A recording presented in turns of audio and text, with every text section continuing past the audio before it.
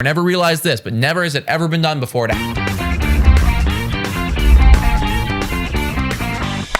Hello, everybody, and welcome to Blue Jays Today, where we always have something to say about the Toronto Blue Jays.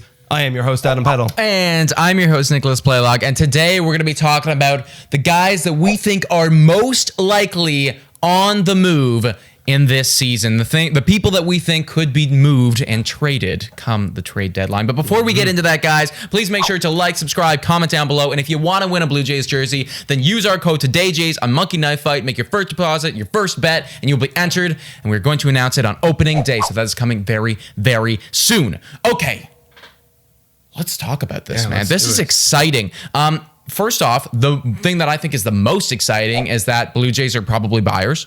We're not going to be talking too much about the Jays and like who's buying who and whatever, but we probably are. Yeah, like these are people that we're going to bring up that we could be buying this season. Now, some of them are more positional players. Don't think we're in the market for anyone in a position player unless there is a big injury to someone. Knock on wood. That does not happen. Yeah. But, you know, there are obviously starting pitchers that are out on the market that everybody's going to be looking for. Yeah. That's something that we're for sure be in. Yeah, exactly. And we do have a couple of those guys on this list as well. But you're right, there are a couple guys as well that we're probably not in the market for. The one thing about this list, everyone is a big household name, in my opinion. So let's get straight into it, man. The first guy that I think that we should talk about is somebody who was on the offseason radar for us. Radar for us in trading, and that is Sonny Gray on the Cincinnati Reds. He was being talked about a lot. He's a great pitcher. He's 31 years old, and I think he'd be amazing, not only for the Toronto Blue Jays, but for any playoff contending team. Yeah, because he's been incredible the last 2 years. Like his ERA in the last 2 years is 3.07. Yeah, FIP is 3.33, and that FIP, guys, like that is elite FIP. Like that's incredible, and he's sneakily being one of the more underrated pitchers in the entire MLB. It feels that way. Yeah, right. And I think because there was moments in his career where he was talked about being one of the best, and he kind of fell down. Now he's sneakily working his way back there. Yep. So I think he's good for any trade target. And I kind of borrow these numbers, those trade value numbers that we because there's a website called what's it called? Baseball Trade Value, literally. I think so. Yeah. And they have all these values that guys are worth. And just for those who aren't familiar, I brought a couple Blue Jays in to kind of give a little comparison. Danny Jansen is worth 32 kind of trade value points. Right. Alek Manoah 12.4, Pearson 44.2. So kind of use this as a guide as we compare how valuable Sonny Gray is. Sonny Gray is 29.7. Yeah. So a decent chunk. So when we're talking about trading for these guys, what do we got to return to get some of these guys, right? Sure. So Sonny Gray is going to be one of the more expensive guys out of the list that we've created here, but I think he's going to be very much well worth it based on his last few years' production. Well, probably part of the reason why he's a little bit more expensive is because a lot of these other guys that we're going to chat about are on a one-year deal, and it's going to be up after this season. Yeah. But that's not the case with Sonny Gray. No, is that you're going to get him for a little bit more time because he's a 2022 signed, and then there's a club option in 2023. Yeah. So that's all good stuff, man. And he's only 31, and he's definitely a dude that could come in and for our team, anyways, be the number 2 immediately. And just be like literally awesome. So for a playoff,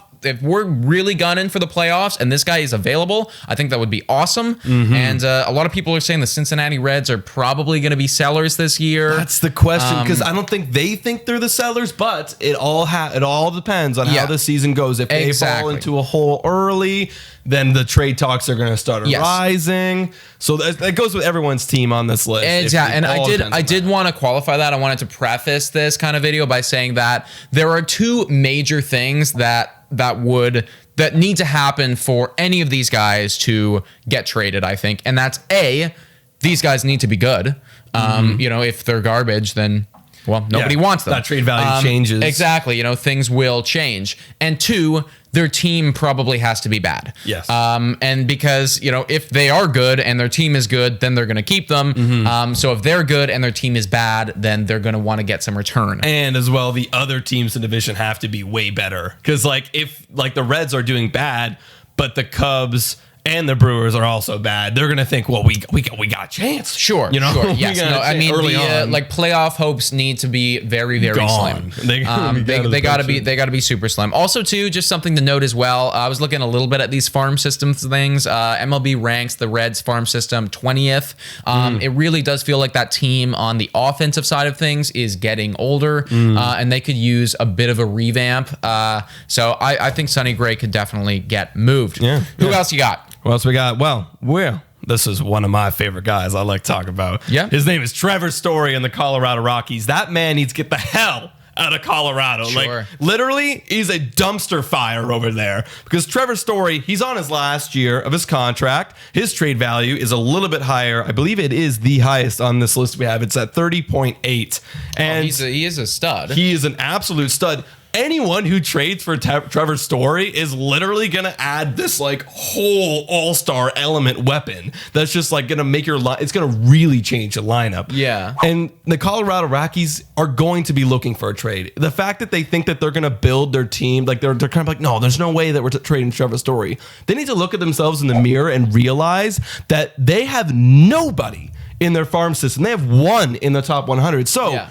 If you do decide to keep Trevor Story, and if he decides to sign back, which you need to get the hell out of Trevor Story. If he does decide to sign back, there's no one coming up. There's no one coming up to help you in however much time you have left. You know, exactly. And I do think a big part of this is going to be the conversations that are between Trevor Story and Colorado. You know, I don't know why Colorado thinks that, you know, they want to keep him. I think that it would be a good idea to ship him off for some prospects. But if this guy's like, no, like I am absolutely 1000% not going to be signing back with you, then just literally trade this dude. I was actually looking at some ridiculousness.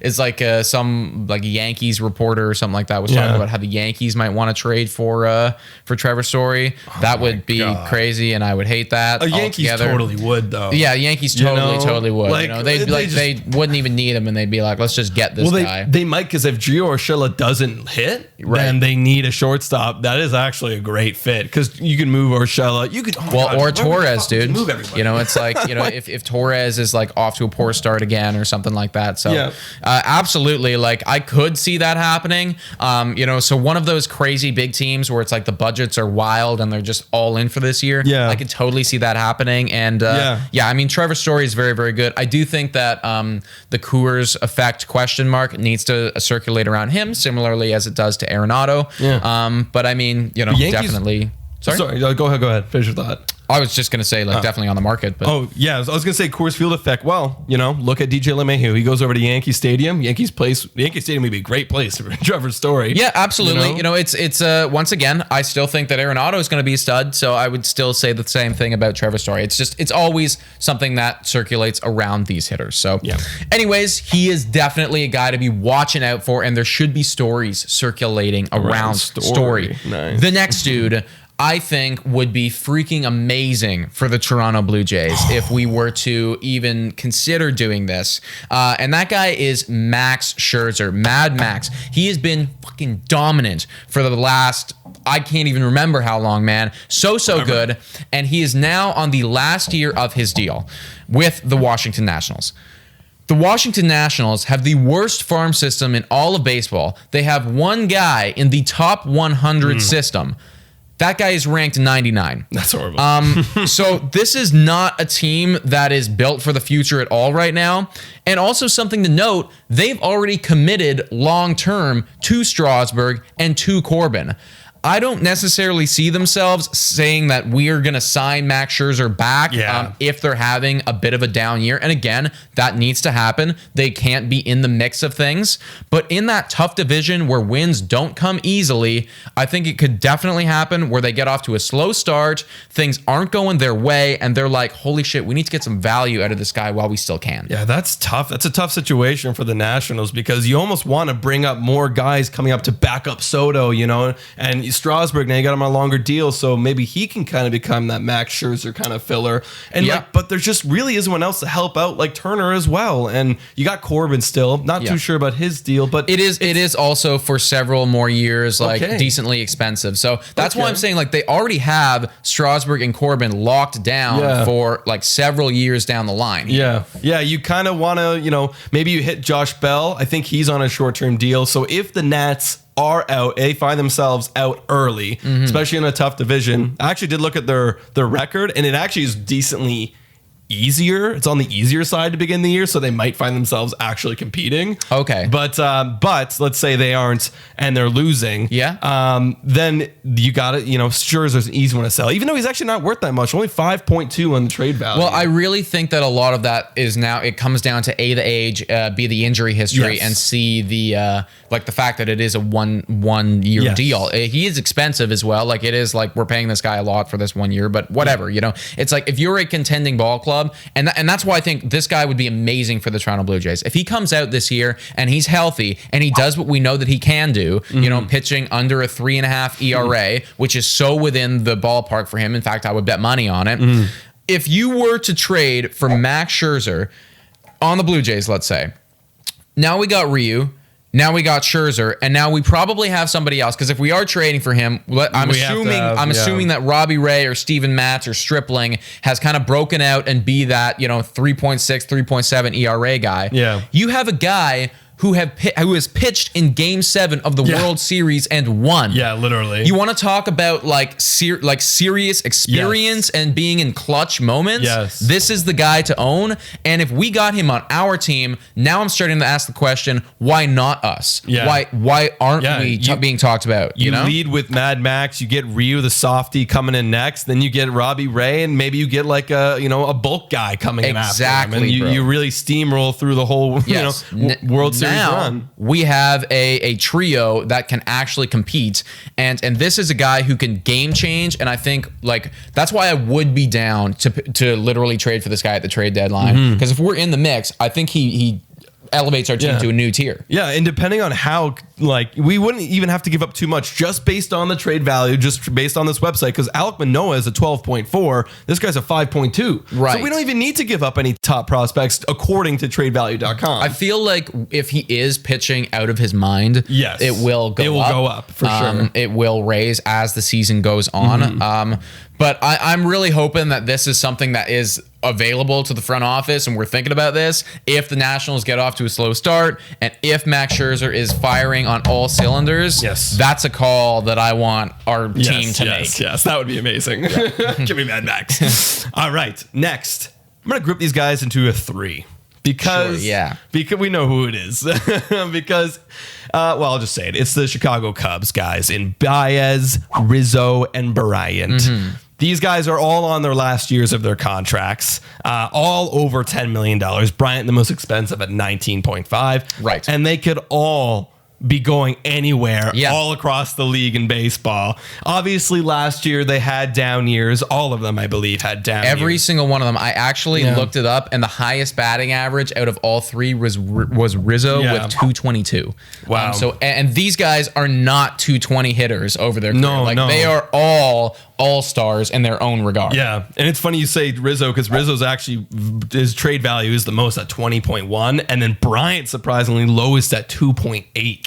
So very, very low. Okay, and this is That's the thing. What's crazy. I don't understand this goddamn trade thing sometimes, because I'm just like, what? You're telling me that like we could trade away, that's almost like a bag of baseballs, basically. Right, exactly. But the thing, if Bryant came out and did, because they're assuming it's based on what he did last year, right? I guess it's got to be. You know what I mean? Because maybe that's why he didn't get shipped this offseason, because he wasn't getting a lot of good offers because he was so unattractive last year. So, if he comes out and becomes Bryant of old or somewhat similar, it's going to go up. But if he becomes Bryant of what he did last year, it's going to be around the same. He's not going to get traded then. It's that is again, one of the caveats of this is these guys have to be doing well. They do. They have to be doing well, because if I'm a team that would be looking for a bat, I'm not, maybe I'm I don't know, whatever. I'm a team, I'm looking for a bat.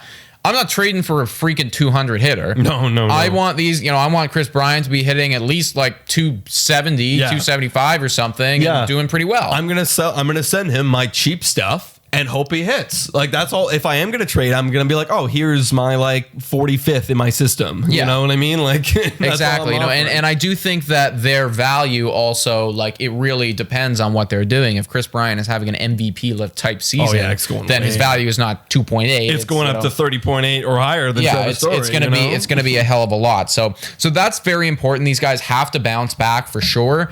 But it's also it's a tale of two stories, because if they all bounce back, well, maybe Chicago Cubs aren't even sellers anymore. Exactly. That's so. I think for the Cubs, if you want to sell this year, some people, like 2 of them, got to bounce back. And then you sell those guys, and maybe you keep 1. I don't know. And I also want to point out too, it's like we put these 3 names here, but also Contreras is on the trade block. Kyle Hendricks is on the trade block. Like, literally any person on the Chicago Cubs right now is on their block. And the thing about Kyle Hendricks is the only reason why I didn't put him on my 3 is because he has 3 more years after this year. Time, yes. So it's like, I don't see them trading him just yet, just in case. I mean, who knows? Maybe someone offers a lot of shit for Hendricks. Well, I think the reason I brought him out there is because there was so many goddamn rumors with circulating the Blue Jays about doing a Hendricks and a Bryant like deal together or something. Now that I think more about that, it's probably because we wouldn't have done Bryant separately because his value is too goddamn small. They would have had to package them together. But basically, anyone on the Chicago Cubs is going to be talked about a lot this season. So watch what their first month and a half looks like. If they are like below 500, it's slipping away, they're really not looking too hot, then these guys are going to get shipped for sure. For sure. You get a Cub and you get a Cub. Everyone's going to get a freaking Cub. It's gonna be, We're all getting Cubs. It's going to be a weird season. Weird. Exactly, man. All right. So the last 2 guys also on the same team. Well, not the same team as the Cubs. A different team, but they are in the AL East. It is on the Boston Red Sox. We're talking about Eduardo Rodriguez and JD Martinez. Similarly, similar storyline to the Cubs. This team, they could even potentially be buyers, Boston, if they get off to a hot start. They definitely have some good bats. We evaluated their team roughly a week ago. And across the board, it was pretty decent. They have upside there. It could happen for them. However, it could also not. So Eduardo Rodriguez, he's on a 1-year deal. He's been really good the last 2 years, like 3.81 ERA, and he eats innings, bro. Oh, yeah. I love Erod. One of my favorite players, man. One of my favorite too players of like, obviously out of their whole pitching staff, really. Wow. So he is my favorite minus Chris Sale. Yeah, of course. But honestly, right now, probably my favorite Chris Sale. I don't know what the hell I'm going to get from Chris Sale. We don't know. Right? We don't know. But yeah, Erod's really good and sneaky because I think he's kind of going on the radar because here's the thing. If I'm a Boston Red Sox fan, honestly, I kind of want to extend Erod. You know what I mean? There is nothing going on in my pitching staff at all.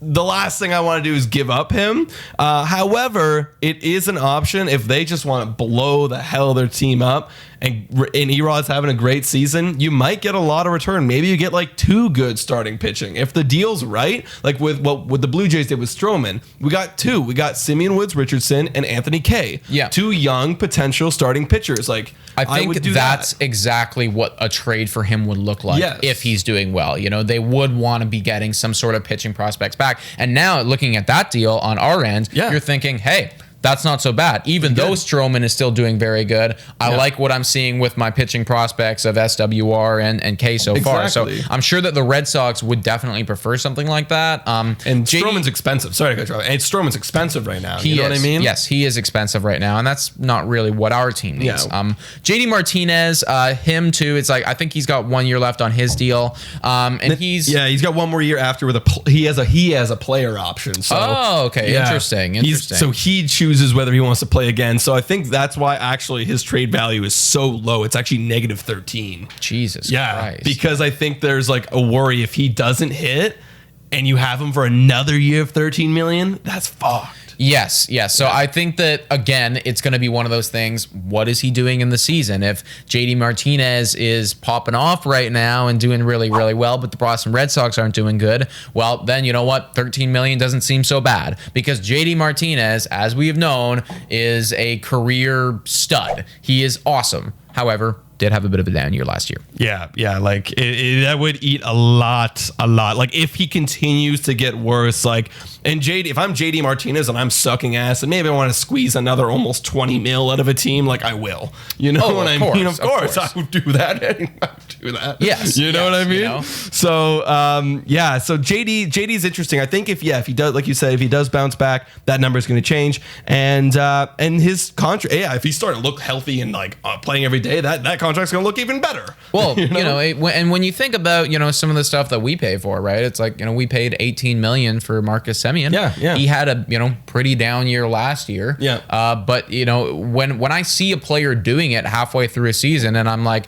Jesus Christ, there's JD Martinez hitting 290 right now with over 500 close slugging. Leaders and home runs. Like we know that he can do. I'm like, that is a major impact bat. He is a veteran. He'd bring a great presence to the locker room. Yeah. And I know he's going to hit. I know what I'm going to get. So I can count on him for the rest of the season. Exactly. So I do anticipate a lot of rumors circulating around him as well.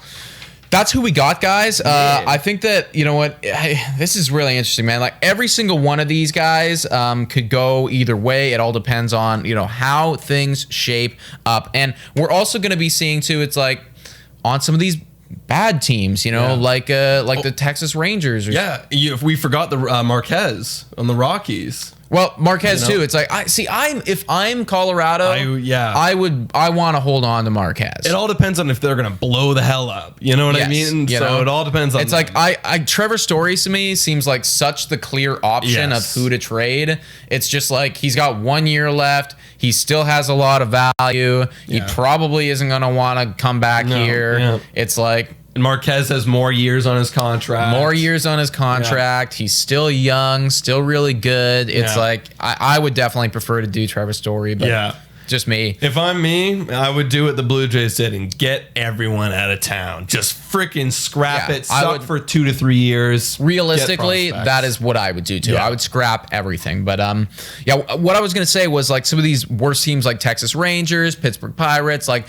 They might have 1 or 2 guys that decide, hey, I'm going to be really good this year. Look out for those names too, because if a Mike Minor decides that he's going to be crazy this season, or Joey Gallo or something like is popping off like crazy, then these are guys that are also going to be on the move. But as of right now, these are some big names that I'm looking out for. Yeah.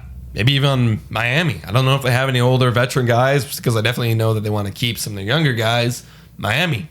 Like Aguilar, like I don't even know what his contract is. But, if he's going off, trade him. Well, exactly. And this is the stuff that we're gonna see as the season develops.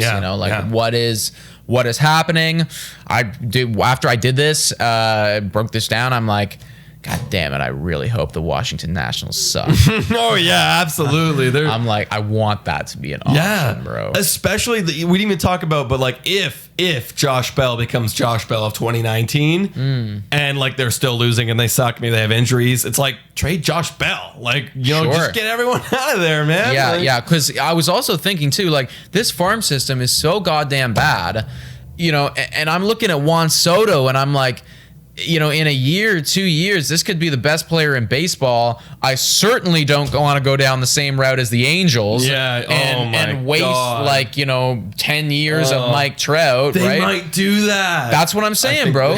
That's what I'm saying. It's like this farm system is so bad that it's like that you have this 22-year-old again, could be like best player in baseball very soon. It's like I want to be building a team around this dude. Yeah, damn, that sucks for them. Imagine if he was on the Jays. Like that would be just ridiculous. We're hoping that guy is Vladdy Guerrero. That's our guy. That's our man. We need him to be the next phenom too. Because we're all set up, dude. We were ranked like 7th on farm systems. We were ranked 7th, and that that excites me because now we have everyone. Basically, almost everyone is up now. Yeah.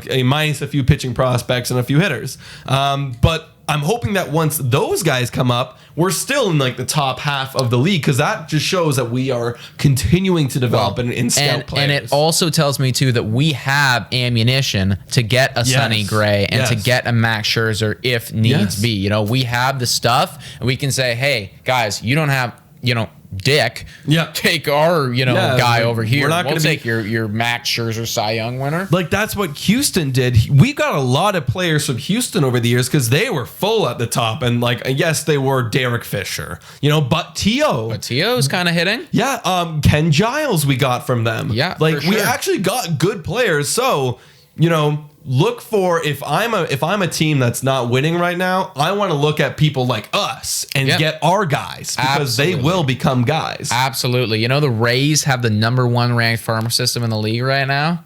Wow. Yes. Yeah. Yes. You told me that earlier. Yeah. I thought that was kind of crazy too, but Franco they got Wander Franco makes it kind of that, and a Rosarina is still considered a prospect. And then they got another guy who's like ranked, I don't know. They have a couple high pitcher prospects too. Yes. Also, too, once again, MLB agrees with us. We were talking about the Detroit Tigers, and they have the second best MLB like farm system. And never has this ever been done before. Never realized this, but never has it ever been done before to have 5 guys in the top 25 of MLB's top 100 prospects. So that just goes to show that team is going to be, very scary come, you know, 3-4 years down the line. And Detroit did the right thing and got rid of everybody, except you can't get rid of Miguel Cabrera, obviously, because no one wants him. Yes, you know. But they got rid of Castellanos a couple years back. They got rid of any starting pitching, except like they're still trying to develop Matthew Boyd, but like they got rid of everybody. They need somebody to play. Right? It's like somebody needs to play, but in the end, it's like